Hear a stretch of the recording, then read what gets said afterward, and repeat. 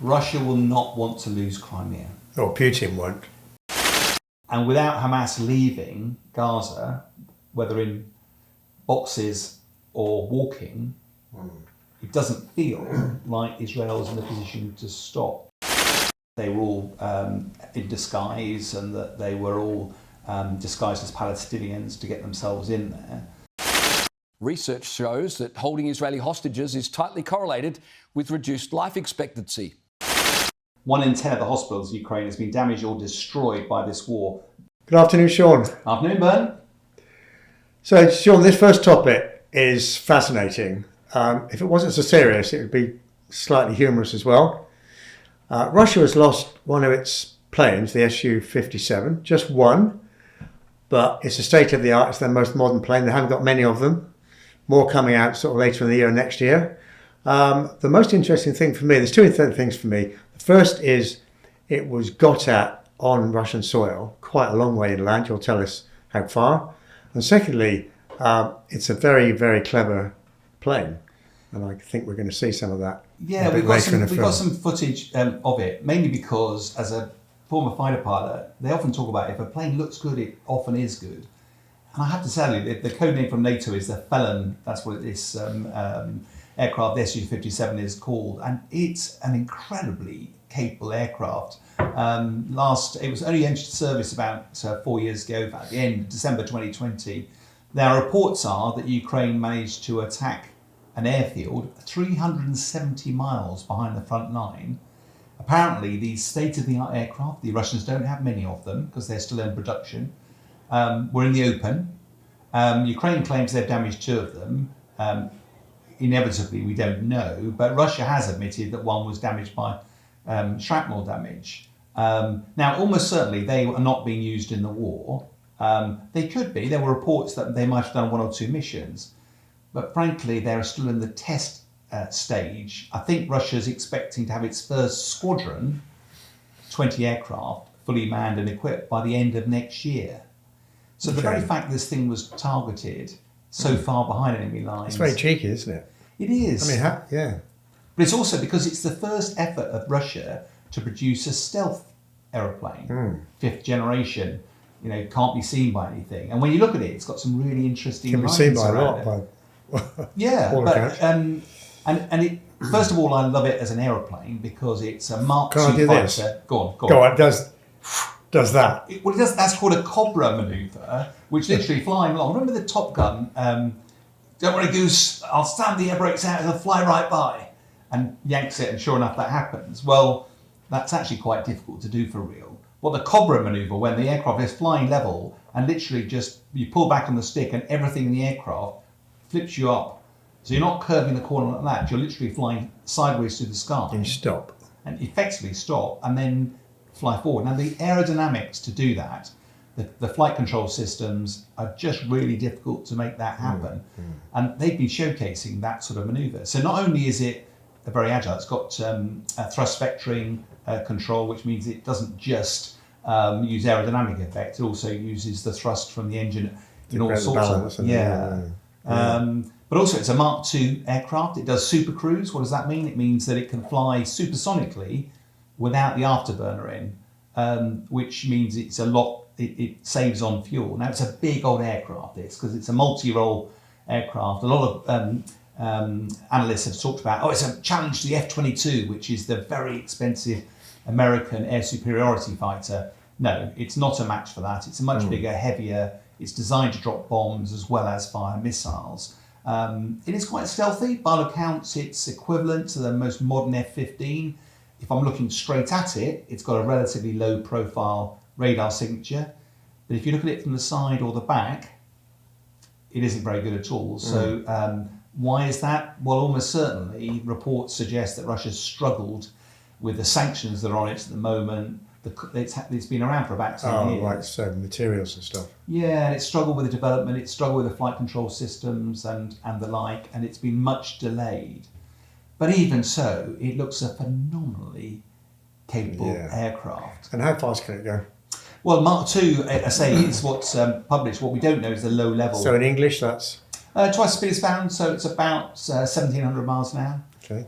So pretty swift. I mean, even most modern fighters, the F-35 will struggle. I don't think that F-35 is a Mark II fighter. I'll probably be corrected now by everyone online.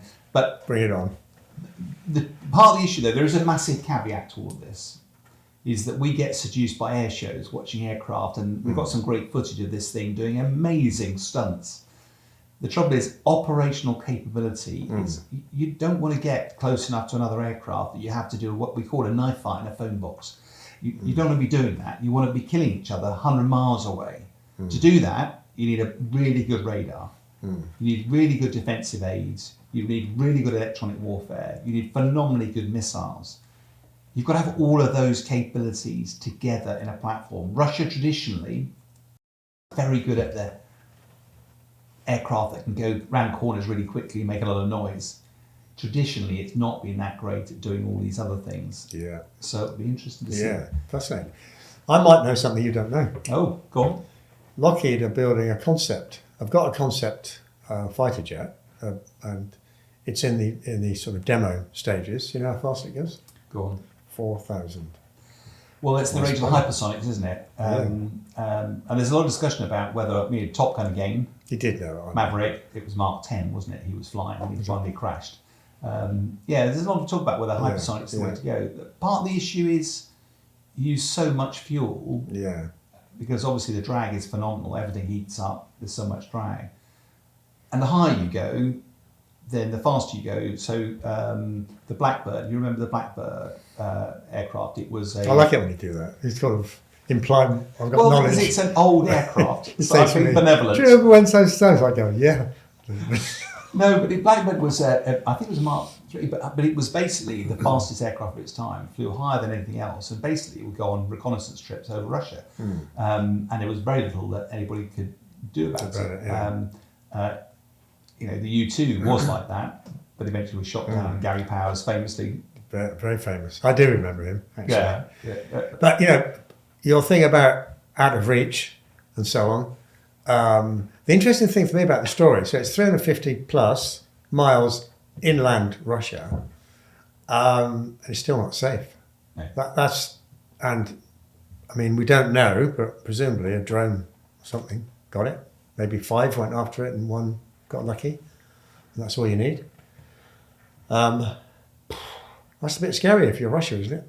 It is, but it actually has lessons for us as well in this country, that drones, it may have been a drone launched from Ukraine soil, it may have been a drone launched from within Russian territory, we don't know.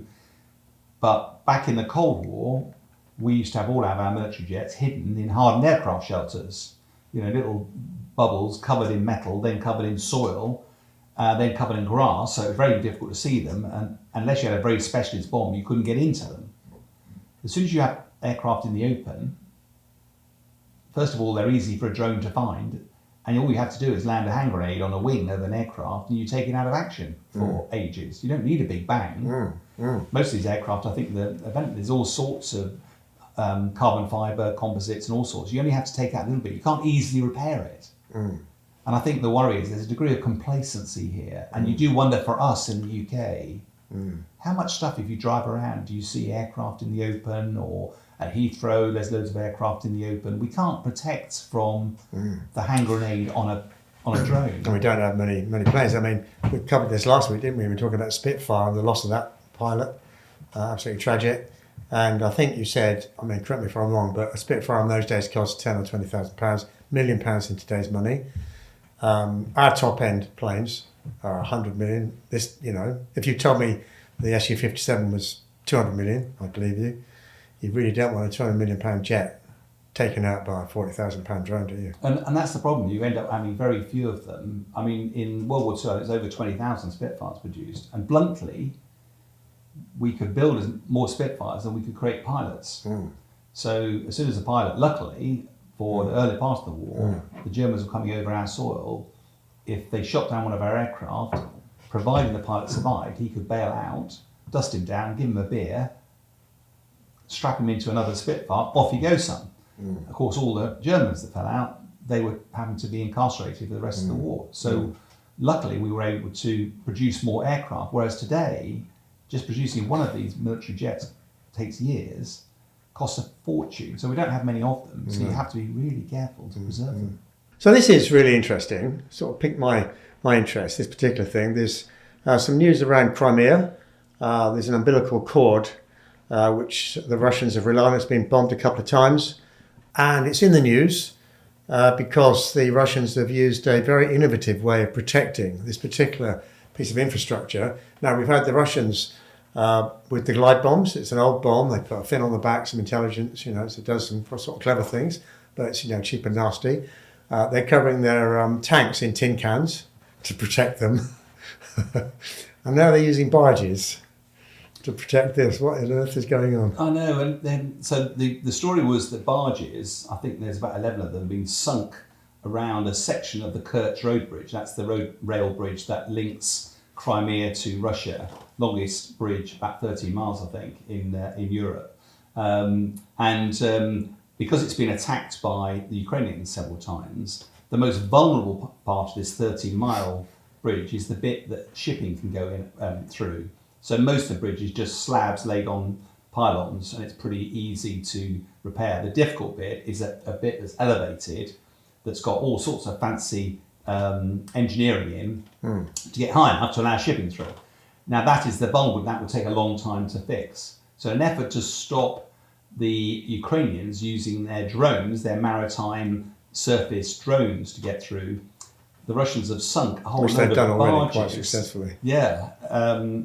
So back in, I think I've got the dates here. So back in July of 23, a load of drones attacked it. But back earlier than that, and we've got some footage, I think, to show you of October 22, when famously a lorry packed full of explosives literally blew up and took out a whole massive section of the bridge. Took it out of service for quite some time. Why is this story interesting though? Because first of all, it's not the first time people have sunk barges to protect things. It reflects Russia concern about the security of that bridge. But actually, it's almost stopped using it. The last 3 months, there's been a whole load of surveillance done on it. And where Russia was regularly using it to resupply its forces through Crimea into southern Ukraine, those have almost dried up. There's very little traffic been going across that. Maybe some of that's because holidaymakers aren't quite so keen on going to Crimea. They used to go there, they don't now. But fuel supplies, ordnance. And what seems to have happened is Russia's gone, we're going to make this a less tempting target. So we're going to protect it by having some barges down. But they've actually been building rail links across from Russia through Mariupol and west, through the occupied areas. And they seem to be planning to use the rail network to resupply their These are forces. the occupied bits of Ukraine. That's right, yeah. Which may not be permanent, given... No, but they're building that infrastructure, and you sort of go, okay, why? And part of it, I suspect, is because it's quite difficult to target railway infrastructure. What I mean by that is you can deny it for a short time. If you hit it with a bomb, blow it up, you create a crater, you mash up the railway line. It doesn't take long to fill the hole in and lay some more track. Whereas a key part of the bridge would take the bridge out for ages. And I think what's been fascinating about this story is that Russia will not want to lose Crimea. Or Putin won't. Putin will absolutely not want to, because of the port of Sevastopol. And he knows that historically it'd be really difficult for Ukrainians to take it. But the way they take it, first of all, they'd have to stop Russia protecting the shores. And Russia has their dominant Black Sea fleet. Which is nowhere to be seen at the moment. Exactly. It's either at the bottom of the ocean or it's fled across to the Sea of Azov, to the east. Next thing they have to do is they have to take out some of the radars and the command and control network on Crimea. They've successfully destroyed the maritime headquarters of the Black Sea Fleet, and they've also been taking out radars. The other thing they have to do is cut off the umbilical that links Crimea to Russia. Haven't done that at the moment, but they've shown that they can do it. Do you think they may actually mount an attack? I think it all points towards creating doubt in Putin's mind. Yeah. Because if he thought that his actions, by putting all of his forces in the north, that he was leaving Crimea exposed, that could be, he won't think he can lose the war because he's taken territory, difficult to push him out. if he lost Crimea, he would see that as a loss, a failure. That is not just important because of the port, it's important because Peter the Great has all sorts of historical significance, and to lose that would be unthinkable. I wonder, whether, they call it the military parlance, a centre of gravity. I do wonder whether Ukraine is just creating enough seeds of doubt in the mind. I wouldn't be at all surprised if we see a couple of efforts, not necessarily to take Crimea, but to threaten it. They could do a few little things. Yeah. Remember last week we were talking about China and Taiwan. They could do a few little things just to sort of test out what's going on. That would be a major reversal, wouldn't it? They wouldn't like that. No, and it would just tip the balance potentially. You know, Russia is on the front foot as we speak today. There's a couple of areas in the Donbass that have been, reports are coming in that they've been taken. Russia's suffering massive casualties, but taking advantage of this window of opportunity. But all of that is leaving Russia weaker. They don't want to do another round of mobilisation, deeply unpopular. They're pulling in all sorts of foreigners to come and earn good money and die on the battlefields in Ukraine. God knows why people would do that, but they are. They do, yeah. But the point is, if you were to threaten Crimea, particularly with Russia having spent its forces, that could be a really interesting twist this summer. I know we always say this is one to watch, but this is definitely one to watch. And that's why I picked up that story about the barges. Looks a bit odd. Yeah. It's all part of that story.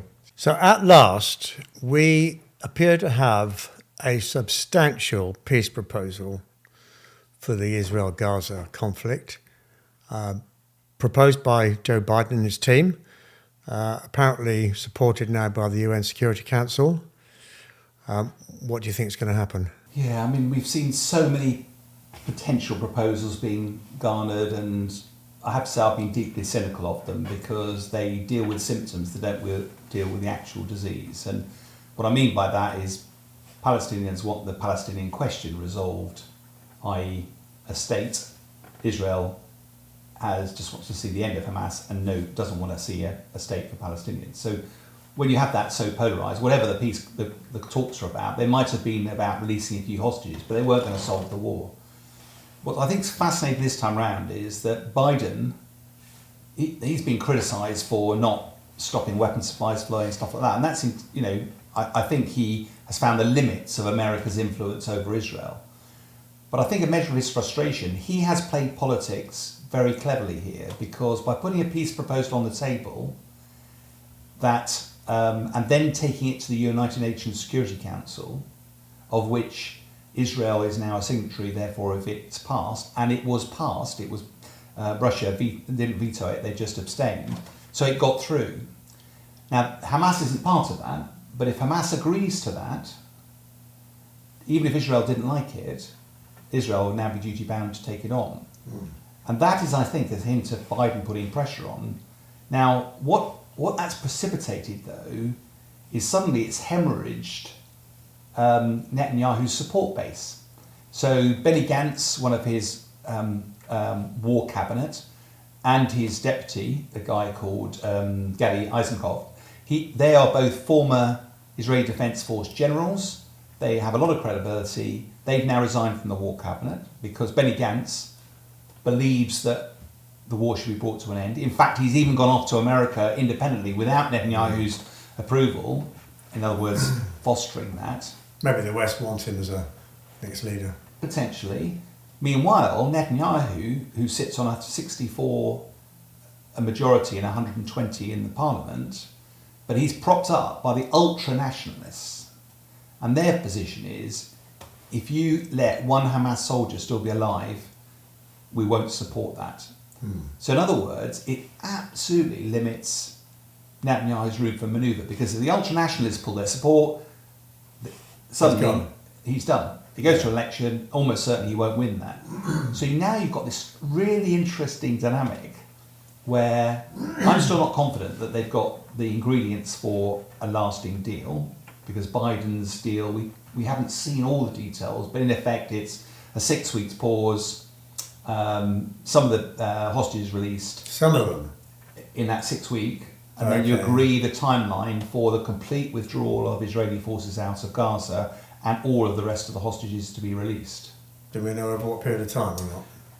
The timeline seems to be a little bit flexible to allow for the negotiations.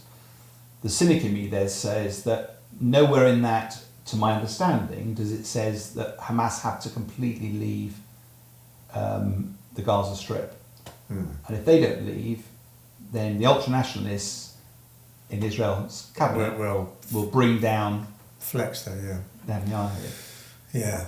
So I saw this, talking about Hamas, I saw this report on Sky News Australia a couple of days ago with a Hamas leader talking about the future basically. لازم نقدمها وحنقدمها مرة ثانية وثالثة ومش هذا حتكون طوفان الأقصى أول مرة لا حتكون ثانية وثالثة ورابعة لأنه إحنا لدينا إصرار ولدينا قرار ولدينا إمكانيات. So if that's true, I mean, and he may not have the ultimate power, a bit like what's going on in Israel, but if that's true, that's not going to be very helpful to this process being permanent, is it?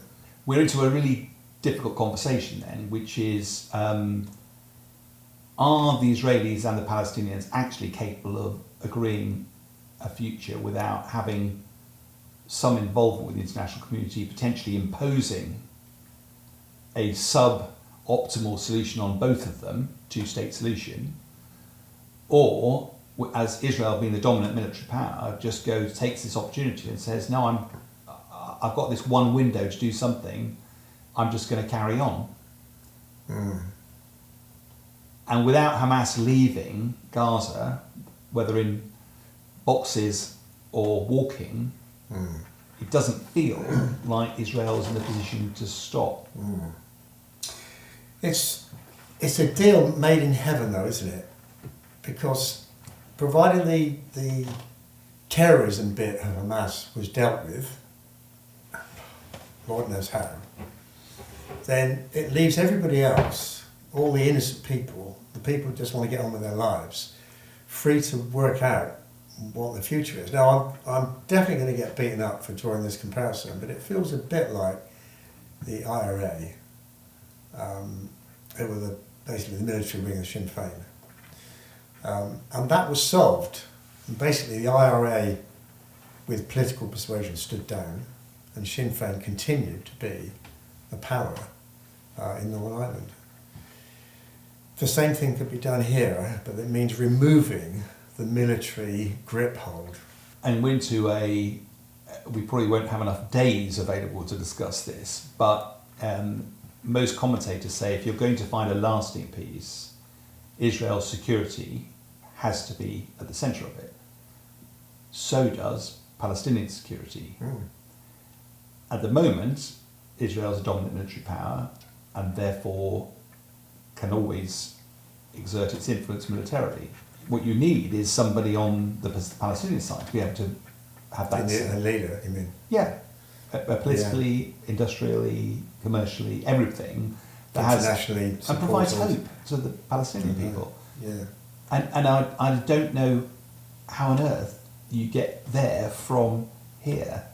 What I think is fascinating about this particular deal, though, is that I think for the first time we've seen the President of the United States come to the end of his tether. That's gone, I have an enduring obligation to provide an ironclad guarantee of security for Israel because we were involved in the birth of Israel in its current form. We're not going to let you down. On the other side of that equation, that is not a blank check to continue down the path you're on. And realise over the last few months the limits to what Joe Biden can actually do. And what's gone on the table now is unprecedented. And it has put Netanyahu in a really tricky position. And a question which, again, I'm going to get shot down for now, but it does raise the question, how much of Netanyahu is this now his personal ambition to stay in power? It feels a bit like Putin, doesn't it? You know. Yeah. Egos. Wars are fought and lost on egos. And it's not, I'm not criticising at all Prime Minister Netanyahu. He's led his country through a really difficult time. But the danger is now he's clinging to power and having his options limited by some ultra-nationalists that he doesn't agree with. So one of the interesting things here, Sean, is that a lot of money has been spent and is being spent in Gaza on preparing for the war and the enduring war itself. So we know the story that some bizarre thing was happening. Qatar was putting a lot of money into Gaza. Israel knew it was happening and supported it because they thought it was going to support the growth and the peace in Gaza. That would stop them having to rely on money from Iran.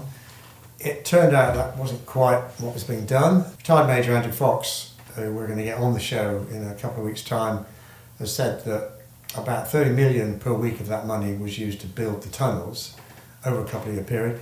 That's, add it all up, A lot of money. 3-4 billion.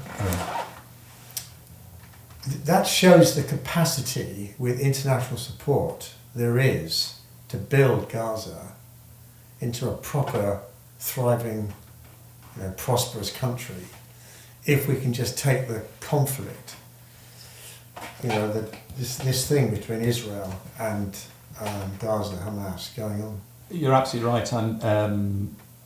I don't think there's a shortage of will from the Arab community to help support the Palestinians. That's happened several times over my lifetime, and there's no reason to believe why it wouldn't happen again. By all accounts, because of the massive devastation this time, there is a line that says we can't just keep pouring money in and not solve the problem, because if we don't solve the problem, we're going to see the same thing happen again. And as you say, without starting getting deeply into it, the danger is if you don't solve the core problem, if you simply keep Gaza as an open prison, if you still keep the West Bank as an area where there's lots of disputes about who should be there and the only force that's powerful there is the Israelis, then you don't create the enduring foundations of a prosperous peace.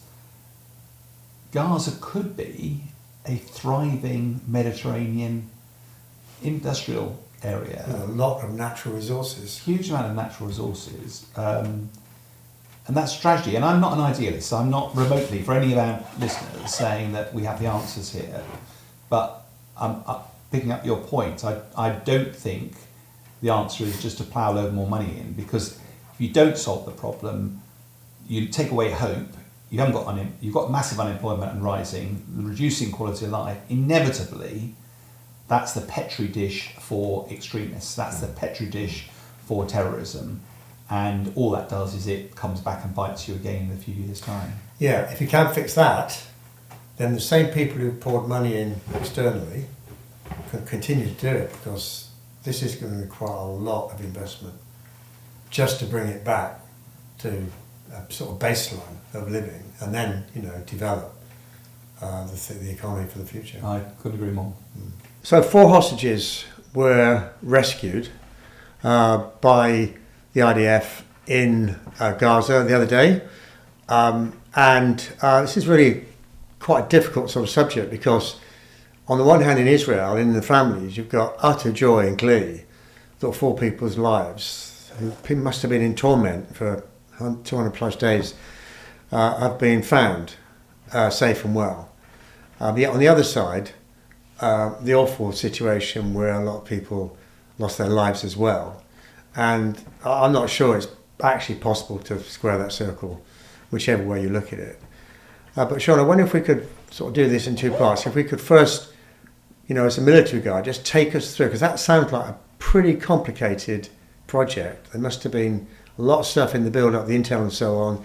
You've got to get the people in without being seen. You've got to find out where they are, get up the stairs, rescue them, and then all hell breaks loose, but you've got to get them out again as well. Can you talk us through what would actually be happening to prepare and plan for that? Yeah, it would be an incredibly difficult operation, not least of which because it's in a middle of a very, very densely populated area. But first of all, it's all based on intelligence. So how on earth do you find the hostages in the first place? There's no doubt, the Hamas will not be parading them around, so they'll be moved around, if at all, at night or using the tunnels or whatever. So, and they probably wouldn't stay anywhere for any length of time.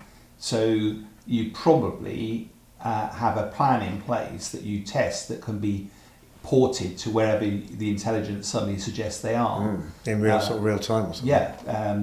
Then when you finally get the reports that you have, you know where the hostages are, you've got to then ask yourself the question, how do we know? Because Hamas would want the Israelis to go in and potentially using duff information that it wasn't actually the hostages at all, and that spies or infiltrators or whatever have given false information to force Israel to do an operation and lead them into a trap. So you've got all those questions to answer. Then you've got to work out how you get in. The report suggests that they were all in disguise and that they were all disguised as Palestinians to get themselves in there. But exactly as you say, the getting in there is probably not the most difficult thing. The moment that gunfire starts, the moment kinetic action starts, now the world is going to turn on you, and somehow you've got to get these people out. All of your probably special forces, because it takes nerves of steel to go into enemy territory, surrounded by enemy, and you're not covered in body armour and whatever. You may well, but you've got to put it under some sort of disguise. And then when the world erupts around you, how on earth do you get everything out? And particularly these hostages, I've seen some of the head cam of some of the hostages. They're complete shock and horror, but they're not dressed to go out anywhere. They might not have been able to move for several months. Their muscles would have atrophied. They may well not be well fed. They may well be ill. How do you get them moving? And now you need a sense of urgency. So those guys will almost certainly be just dragged out, and then you enter the most dangerous bit of the operation, is getting them out again. Yeah. I mean, they were in houses, by all accounts. That means, I hate to state the obvious, they'll be in a room upstairs. It's the middle of the night. Probably be asleep in bed. So these soldiers won't know them. They'll have pictures of them, which are probably, I don't know how many hundreds of days old, at least. As you said, they probably won't look a bit like their pictures. So they've got to find them. They won't be wearing normal clothing. They've got to recognise them. They have some sort of system to say, yeah, is this the one? Is that the one? Blah, blah, blah. That's a lot. No, it's very difficult. I mean, they'll almost certainly use a combination of pictures, but also questions. And part of the headcam stuff, they were clearly asking questions in a very dynamic environment with people, as you say, just waking up, who the hell are you, what's going on? But probably be this is your last chance, who are you, what's your name, what was your address, or some key fact that only they would know. There was a bit of that going on at the time. And the time available, because you've just hit a hornet's nest, you've got to get the hell out of Dodge now, and you need to do that fast. And I think what was interesting then is that's when it appears that the big devastation happened, because at that point, to distract away from the special forces, what you actually want to do is create carnage around you, so that everybody is distracted by the carnage going on and not the extraction. And it appears that that's when it got the most kinetic, the most action was happening, and that was all part of the effort, to neutralise the Hamas fighters in the area, but also to create cover for this rescue operation to get out. Yeah, very interesting. Well, just as a military exercise, ignoring the subject we're going to come on to in a second, it's pretty impressive. There would have been a brilliant. I don't think I have a clip of it, but there's a brilliant interview on the BBC, and the interviewer was asking somebody in Israel who was connected with this. I don't ascribe anything to this apart from naivety or a bit of clumsiness. I actually said to the person, "Why couldn't you have given them a warning that you were coming?" What? I know. They actually said that. I think that was just a crazy I think the other thing that's, if you look at it from a military operation perspective, what's impressive, I think the Israelis lost one person. And looking at what they had to do, where they had to do it, I think that is an incredibly impressive military operation to do that. Yeah. It raises questions which we'll come on to about the balance between how brutal you are to ensure the safety of your own people versus the law of armed conflict, etc. But, given the situation they found themselves in, that would have been a very risky mission. And again, one of our themes is we don't know where the truth lies in all of this. There's all sorts of reports that 3 of the hostages died as part of the rescue mission. We don't know whether that's true or not. Would that change the metric at all? Not for me to judge. Would this end up with Hamas recognising that there's a leak now because somewhere got the information? So now you're a lot more careful with the remaining hostages. Yeah. And I think we've argued before. I've often said that given that the pressure is coming in on Hamas, if they've still got 117 hostages available, that's a good point. They don't need 117. They need 10. Well, I think once you said they need 1. Well, need 1, but a little, it's a small number, probably single number digits. Then actually the rest become a bit of a liability to you, and the danger is therefore you risk securing the fate of the other hostages because of your willingness to go in. So they would have made an assessment that some of the hostages might suffer and actually might be casualties. But leave that aside. They would have also had to make an assessment on the loss of life to civilians. Quite a few hundred people died as a result of this and more injured.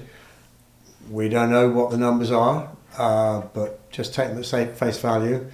With your experience, you know how difficult it is to make that final decision on do we go for it or do we not go for it based on civilian casualties, or other people are really not associated with the issue. I think what's fascinating here, and as you say, it's a very delicate subject. The headline figures, Hamas claimed that 270 people died and over 600 were injured, vast majority of those civilians. Israel claims the number of killed was less than 100. How can we possibly know, is the bottom line. When you look at the damage that's occurred, and in one of the most densely populated parts of Gaza, which was already a fairly densely populated part of the world, it doesn't seem unreasonable to me that any military operation that went kinetic, and by that I don't just mean people with guns surgically plinking away at people with guns. So if the Israelis went in, every time they saw somebody with a gun, they shoot them, that's pretty obviously they're going to be Hamas, because who else would carry a gun? As soon as you start using air power and artillery and stuff like that, that's a bit more indiscriminate. And if you're planning an operation to go and do this sort of thing, one of the hoops you have to jump through under the law of armed conflict, Geneva Convention, is, and it's a horrible thing to do, but what's the metric of balance? You are always going to end up with a risk to civilians in these sorts of operations, but my experience of a year of doing this meant that actually the law weighs much more heavily on protecting civilians than them just being a victim of circumstances at the time. And therefore, if you expected, which you'd have to expect, that once you've got these hostages, you're going to have Armageddon to get them out again, then that would have been something they would have had to done some risk analysis about. And the natural expectation would be that the casualties would be significant. Now, I'm not involved in the planning process. We don't know the hard numbers. It's impossible to say. But it has raised a lot of questions, and I can understand why. Because we don't know the actual numbers, but there's a lot of reports that talk about people going to the hospitals, whether it's 100 or whether it's 270. For me, I don't think it really matters. What matters is that it was undoubtedly going to involve quite a lot of civilian casualties. Was the prize worth it? Was it legally worth it? That's not for me to judge. So I think we've got another clip here from Sky News Australia where the anchor was addressing this particular issue of civilian casualties. People were outraged that civilians imprisoning the hostages were killed in the Israeli raid. Well, here's my contrarian take on the situation. Don't hold Israeli hostages in your apartment. After all, research shows that holding Israeli hostages is tightly correlated with reduced life expectancy. So, Sean, it's given rise to lots of very extreme reactions. Some of them are just unbelievably crass. I've seen loads and loads of examples which we're not going to show. But this particular one, which I think is on one side of the equation, from Sky News Australia, what do you think? I think it plays to the fact that we're in the middle of an information war. I think if we were to have a pub conversation, I've got Osama bin Laden in this house, and there's a family with him at the time. Is it reasonable to take out such a high value target and also the family at the same time? Most people would sort of say, actually, probably that they shouldn't be there. They know that he's a baddie. They know that he's a target. They shouldn't. So by association, and actually there are a set of rules that we go through in the military to make that judgment. Where the Sky News clip or whatever, when he talks about people being in the same house as hostages being held, they must have known about it. I suspect that when you were planning a mission like that, you'd take that into account, and I wouldn't be at all surprised if the legal advice would be the prize is worth, try not to kill them, but if they get caught up in then I'm afraid they are complicit, they're not innocent civilians, therefore. Where the argument breaks down is, how many are we talking about then? Half a dozen? 10? 15, 20? We're not talking about the hundreds. No, and I think it breaks down. I mean, I'm desperately never trying to defend one side or the other. Yeah. But of course, the people in the houses may well have been told, you're just going to be looking after them. Everything's going to be fine. And they may not even realised. Well, how could they possibly imagine they're in danger? Well, also, you wouldn't want to let them know. You wouldn't want to let them No. because otherwise you've got spies that would therefore be able to tell everybody. That too. So they're going to be secret. So I could argue it every way possible. I think it leads to a bigger issue, which is the whole issue about the numbers that have been killed in this conflict. The United Nations keeps throwing out figures, about 37,000 killed, over 75,000 wounded, and nobody knows what the actual number is. And it's hit the news recently because all of a sudden the United Nations have modified down. Yeah, I saw that. Yeah. The number, and Israel Half the immediately news went media up. went Said, "Oh, you see, you've been trusting Hamas figures." Oh, no, yeah. But actually, get below the rhetoric of this. Do the numbers, are they important? Well, almost certainly, because they sway public opinion. I'm less inclined about the 35,000 to 25,000. It's still a huge number. And actually, when you get below the figures, the reason they changed it wasn't because it's because the original figures included 10,000 people that are missing, presumed dead. Because the buildings that have been collapsed, they haven't gone through all the rubble. People are missing, they haven't found the body, or they haven't been able to identify the body. Therefore, they've said, we've included those in the casualties. And what the United Nations suddenly went, actually, we probably shouldn't do that.